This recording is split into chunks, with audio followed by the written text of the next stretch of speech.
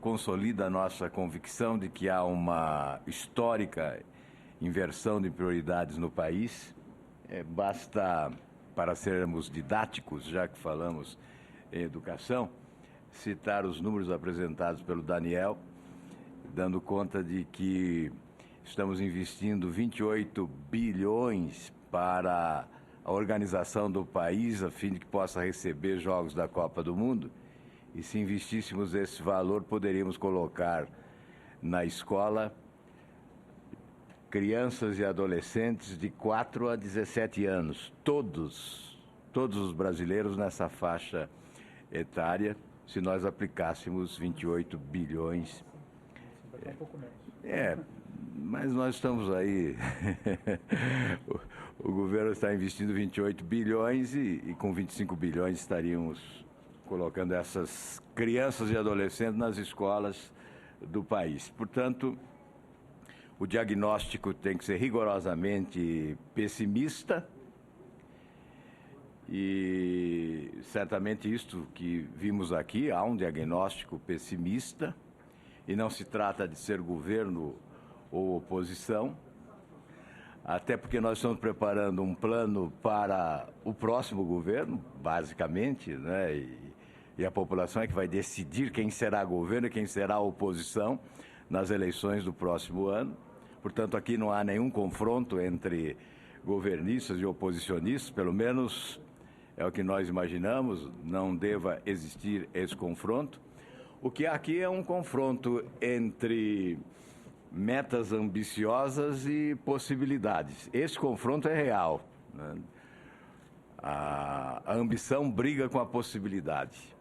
Isto é real. Eu vou apenas, senador Cristóvão, depois passaria a Vossa Excelência, fazer duas indagações em relação a financiamento e gestão. Ficaria nestas duas questões, adiantando antes que a consultoria do Senado, que nos assessora, está presente, os nossos assessores também estão presentes, fazendo as anotações necessárias e certamente os procurarão posteriormente para definição de rumos, a fim de que o nosso relatório possa contribuir. Nós temos aqui uma tese no Senado de que não podemos alterar porque senão vamos retardar. Temos que aprovar o que veio da Câmara. Nesse caso, a alteração foi para pior. Então, se nós não pudermos ficar com o que veio da Câmara, certamente apresentaremos sugestões para aprimorar o texto que veio da Câmara, evidentemente com o prejuízo de perdermos algum tempo, mas certamente esse prejuízo se transformará num grande lucro se nós conseguirmos melhorar esse plano de educação. Enfim, a questão do financiamento.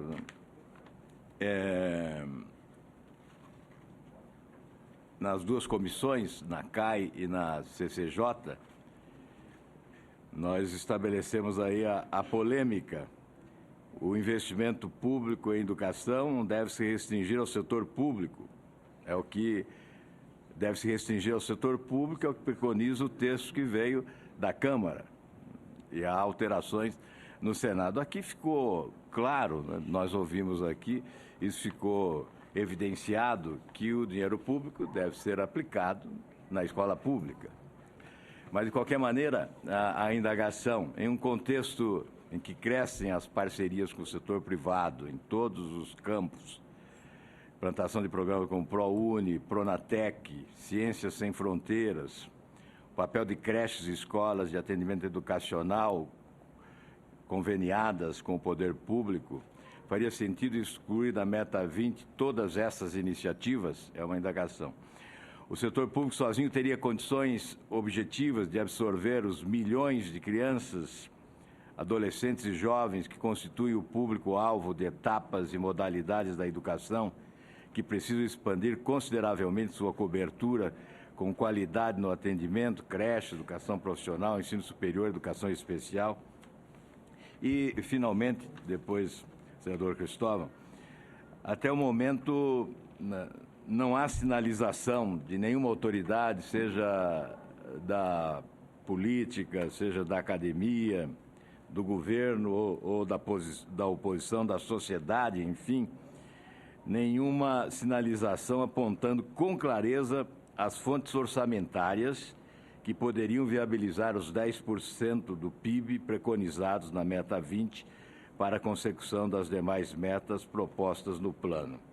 Com o PIB na casa de 4,4 trilhões em 2012, seriam requeridos em números de hoje, no mínimo, cerca de 220 bilhões adicionais por ano para a educação, a fim de cumprir a meta 20.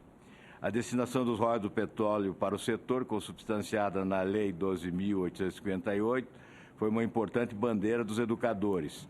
Mas o próprio governo reconheceu que os royalties devem gerar cerca de 112 bilhões para a educação em 10 anos.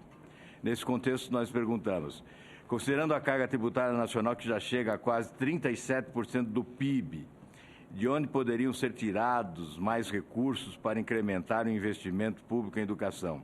E quais seriam os percentuais de incremento requeridos para cada esfera de governo, União, Estados e municípios?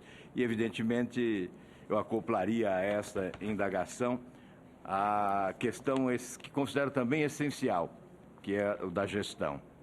O que poderíamos fazer nesse plano para fixar metas em relação à gestão, normas de gestão, dever em matéria de gestão de município, Estado e União. São essas as indagações, depois eu vou ouvir os colegas. Evidentemente, as demais perguntas ficam para depois.